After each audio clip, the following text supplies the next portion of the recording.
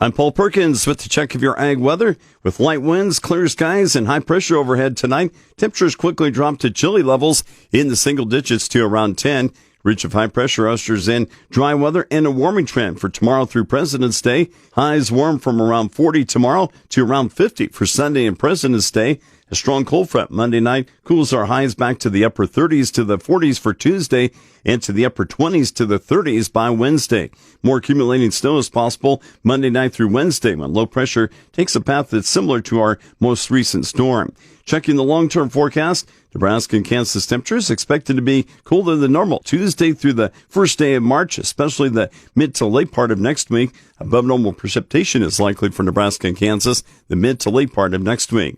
The precipitation outlook next weekend through March 1st, trending back to near normal for Nebraska and to drier than normal in Kansas.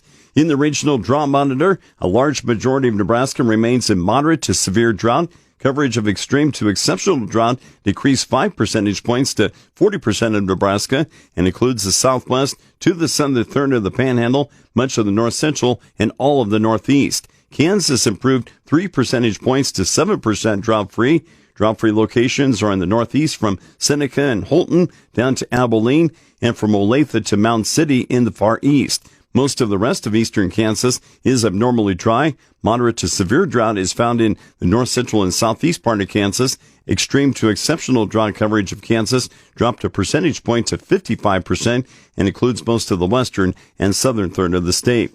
Key weather factors in the markets include active weather through the middle of the U.S., along with cold air returning to the northwest U.S., another stretch of dryness in Argentina, and more heavy rain for Brazil. Today, snow spreads from the Central Plains into the Great Lakes. Locally severe thunderstorms continue to sweep across the south and the lower Midwest today before they weaken. Early next week, stormy weather engulfs the western U.S., starting in the northern Rockies and the northwest. A surge of cold air accompanies the northwestern U.S. storminess, while chilly weather also returns across the northern plains.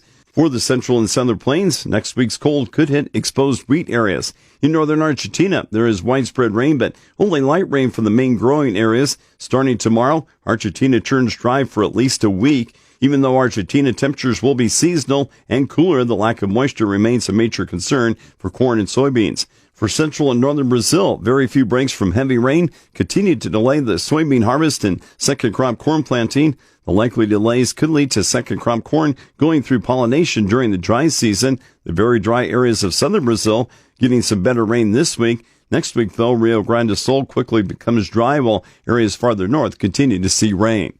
I'm Paul Perkins. That's a check of your ag weather.